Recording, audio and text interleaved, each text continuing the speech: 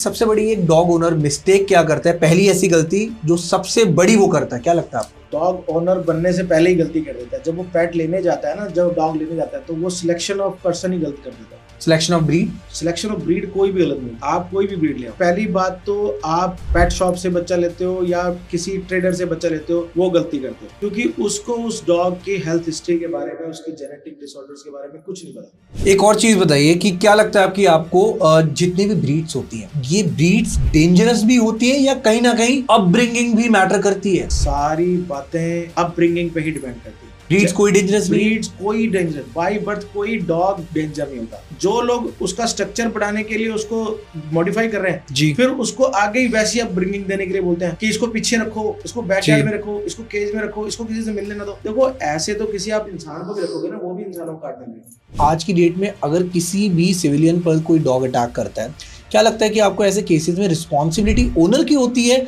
या डॉग की होती है? क्या लगता है सर आपको? देखो, डॉग की कोई रिस्पॉन्सिबिलिटी नहीं, ओनर की रिस्पॉन्सिबिलिटी है या जिसके ऊपर अटैक हुआ उसकी रिस्पॉन्सिबिलिटी। देखो, जिस डॉग को आप जानते नहीं जी, आपको उससे उचित दूरी बना के रखनी चाहिए। जानवर है, जानवर को मालिक जानता है, मालिक को जानवर जानता है। आप उसके लिए अननोन हो। डॉग तो यार डॉग है, उसकी तो नेचर है। वो तो जो उसको जिस तरह से आपने उसको सिखाया है, जैसे उसको पाला है, वो वैसे ही बन जाएगा।